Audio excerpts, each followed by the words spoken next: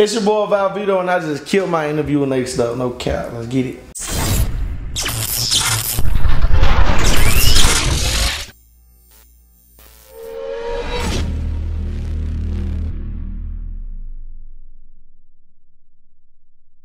Val Vito, thank you so much for kicking it with the Next Up team. How are you today? I'm doing good. How you doing? We are doing amazing. We're glad to have you here. So, talk to me. Where are you from? Originally, I was born in Richmond, Virginia, and resided in this little small town called Blackstone, Virginia. I stayed down there in Blackstone until I was about 14, and then I moved to North Carolina, Goldsboro, North Carolina, and I've been living there ever since. So what is the culture like out there? What, as far as what, Goldsboro or? North Carolina. North Carolina is, well, I don't really know about a lot of different places, but I know Goldsboro is like, the culture is real historical. It's a lot of poverty down there where I used to live at. Do you think that's affected the way that you make music and the person that you are? Yeah, it really has. I mean, a lot of people say that, you know, this person has a choice to do this and do that, but when you like engage into a lot of stuff that's going on, or a lot of activity in your neighborhood, it becomes normal. And before you figure it out that you're in a loop, we can go left or right. You know what I'm saying? You jail or in the grave. Do you feel like you chose the right path? Yeah, I mean, I never was really in it for the excitement. I always was in it just to get some money to do my music. What type of music do you make? Trap, uplifting music, motivational music, R&B music, all types of music. So when I looked you up, you're labeled as a rock star. Yeah. Or rock music. Yeah. Tell me how you're a rock star. Because it ain't no limit to what I could do with this rapping. You know what I'm saying? With this music, period. Because I used to be in a band. My grandmother sung background for James Brown for 32 years. So I just look at a lot of stuff that she used to do as far as like high notes, like the way she sing, go from different measurements, like all type of stuff. Now, her name is Miss Martha Hyde, correct? Correct. What type of music do you feel like that she played around you, influenced you the most? Probably like probably like something like blues and stuff. It just got me into like instruments, basically. You know what I'm saying? Like it just basically let me like a lot of instruments. But I always been into it because I used to play the drums in church when I was younger. So you're a quartet? I'm everything. Quartet, yeah. I mean, I used to be a quartet player, I guess you could say that, until I got older and advanced. So you sang, that's the same. No, I was playing the drums, a quartet drum player. But they make y'all do a little harmony in the back sometimes. Yeah, man, yeah, they make you do a lot of some everything. I used to sing though. When I was little, I was young, I was always like the lead singer and stuff like that. But when I got older, it was over. I seen it in you. You try to dumb it down, but it's okay. No. Just to backtrack a little bit, you said you were in a band. What was the name of it? Goldsboro High School Band, marching band. Oh, so you was knees to chest. Yeah, you know, knees to chest, high stepping, you know. What do you think you learned the most from being in the marching band?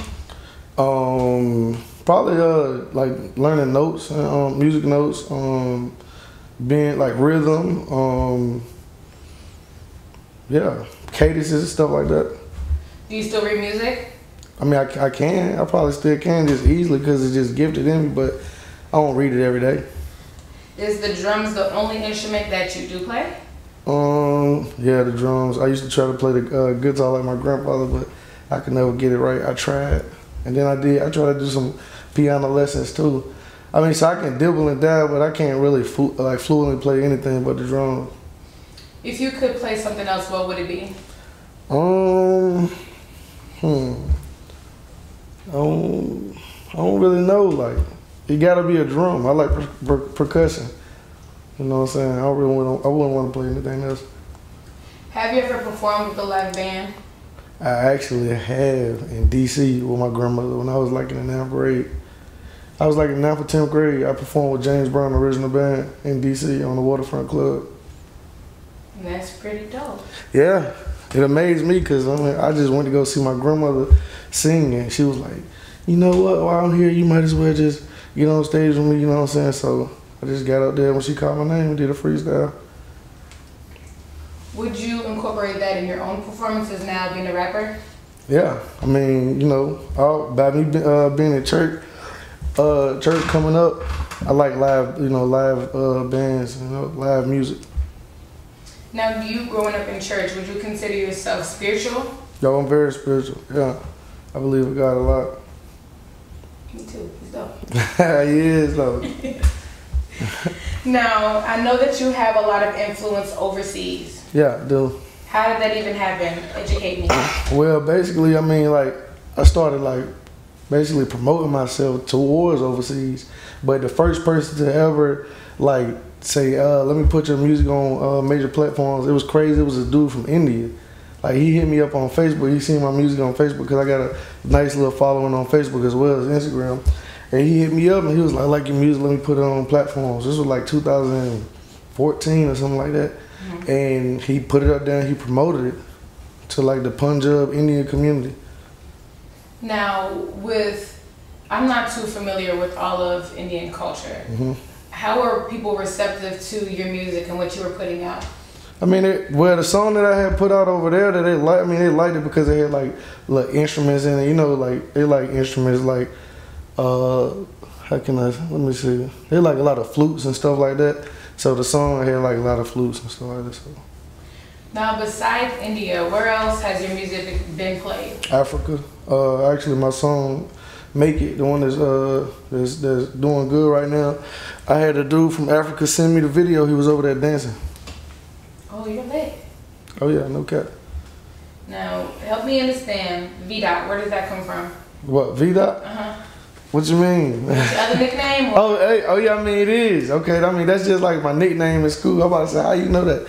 Well, that's my nickname. But in high school my nickname was VA.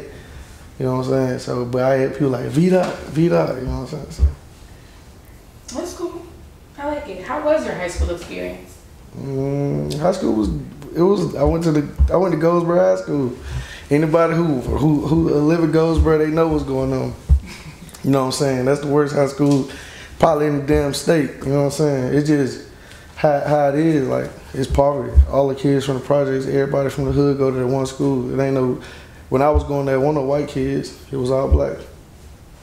Now, do you feel like, would you prefer being in school that's more diverse, or would you rather be with all black kids? Diverse. I mean, now because I had an experience, but I had experience to go to another high school too at the same time. You know what I'm saying? I was one of the first to do it. I had to take a class at a whole nother high school, and when I went to class at the other high schools, I could tell it was a huge difference. You know what I'm saying? Everybody in class was quiet. Like, nobody was doing nothing. Nobody was wilding. Nobody cussing the teacher out. Like, it was just everybody in there basic. You know what I'm saying? I'm up there making people laugh. They kicking me out of school. They like, you gotta go. You know, you don't belong over here. You need to go back to the hood school. You know what I'm saying? Now, what do you think would have made your high school experience a bit easier to deal with? Like, just all the way around. All the way around. Mm-hmm. I don't know. Probably if I had somebody that made me, I don't know, probably if I had somebody to push me more in sports. You know what I'm saying? I was real good in baseball. I was like most valuable player, like 10th, 11th, and 12th grade year. Would you go to, if you weren't rapping or making music in general, would you be doing that? I would have played baseball. Because what's your favorite team? Well, for baseball, I ain't even had no favorite team. I was just raw. I'm talking about right now. You don't have one right now? What, baseball? Yeah. I mean, I used to like the Braves. I used to like the Braves a lot. Now, I ain't just saying that, you know, because I'm in Atlanta, but that's my word. I used to like the Braves. I grew up liking the Braves. It's cool. We're going to find out the team. Now, I'm going to backtrack a little bit. Speaking of overseas, I know you had a wild experience in Mexico. What happened to you? Man, I got kidnapped, basically. If that's what you want to put it hand in hand into, it, kidnapped, held for ransom, whatever you want to call it. No, I need you to tell me, how did this play out? Like, how what did it were you occur? doing? Were you eating tacos? It was somebody just ran up. It was basically it was basically like a situation that I was in, and they picked me up, and they took me to a discreet location in South Carolina, in South Carolina, they put me in another vehicle. They followed me all the way to Mexico. How did you get out of there? I guess whoever paid the rent. I was down there for like 17 days. I was really down there for like 15 days, but counting how long it took me to get out of Texas is like 17 days altogether. What was on your mind this entire time? My family, you know what I'm saying? Or really, like, how did I get myself into this type of situation? Like, I couldn't really, I don't know, I can't really, I was kind of like in a daze, you know what I'm saying? If you really, I couldn't really tell you how I was really feeling, because, I mean, you know what I'm saying? I know I wasn't scared, you know what I'm saying? I didn't have no feeling of being scared in me, but I just didn't know, like, if this was it, or, you know what I'm saying, what was about to go down. So I just prayed to God the whole time, a lot, you know what I'm saying? So whenever the ransom got paid, who came and got you? How did you get back Basically, home? this is what happened. So the ransom got paid. They basically told me the only way that I could leave from them was if they take me to basically where you go back across. I had to smuggle something across for them. You know what I'm saying? So I had something that they told me to take across. I smuggled it across, took it to the people that they had to pick me up. The people that they had picked me up took me to Houston. No, they took me to Brownsville. I take that back. They took me to Brownsville, Texas. And I was out there at Brownsville. They gave me a bus ticket. And the bus ticket, I'm thinking the bus ticket was to go home. The bus ticket was only to Houston. I didn't know that until I got to Houston. I got to Houston. Then I was there for 2 days. No money, no nothing. How did you get into like communication with somebody to help you out, or? My phone started, basically when I was down there, the phone don't work. You know what I'm saying? When you down there, if you've ever been overseas or to a different country, if you got a regular phone, when you cross that line, it's over. You know what I'm saying? That phone not working unless you got some global minutes or whatever they call it. They put out there, you know, some out of states time or something like that. But the phone didn't work at all. When I crossed back over, my phone was still on. So I started making phone calls to different people, you know what I'm saying? Try to get some people to help me out. I finally got somebody to help me out. They sent me a plane ticket. Man, I go all the way to the airport in Houston. I get all the way to the airport. We're looking for the flight. I'm looking for the flight. I'm like, yeah, they like, oh, they don't see my name. I'm like, man, what's going on? Come to find out the damn flight scheduled in August. And this is May. This is May that I'm in, the damn flight scheduled in August. So the person who sent me the money for that flight ticket, they was like, that's all I, you know what I'm saying? It was over. They like, that's all I got. Da, da, da. So I had to wait like a whole another day, wait for some more money in the bus. And then I got another ticket for the bus. And the bus took me from Texas all the way to North Carolina. How long is that trip? Shit, about 26, 27 hours. At this point, what was your family saying? My mama was going through it, like, you know what I'm saying? Like, she didn't really know, because my mama knew I was in the streets a lot. She knew I was gone a lot, you know what I'm saying? And, like, she just, like, was trying to get in touch with me, because, I mean, when I was over there, he would let me call, you know what I'm saying? He would let me make phone calls or whatever, but when I make a phone call, he'd sit right in front of me. So everything that I'm saying, you know, so I couldn't say the wrong thing, you know what I'm saying?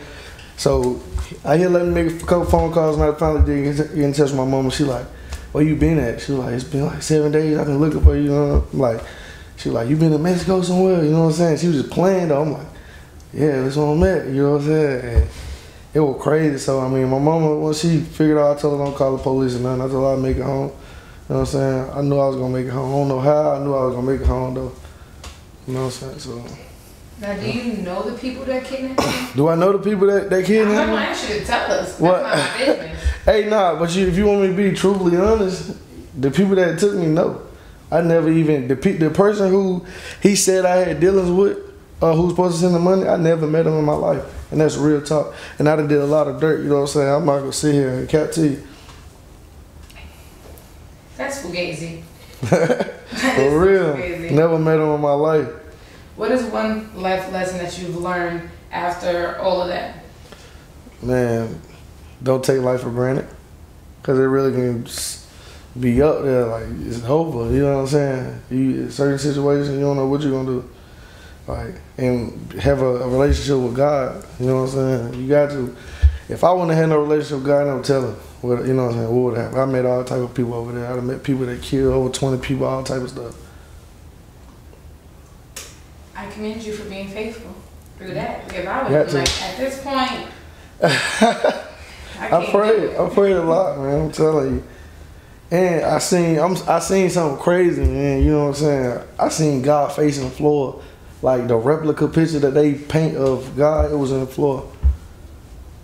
You seen it? I seen it with my own eyes.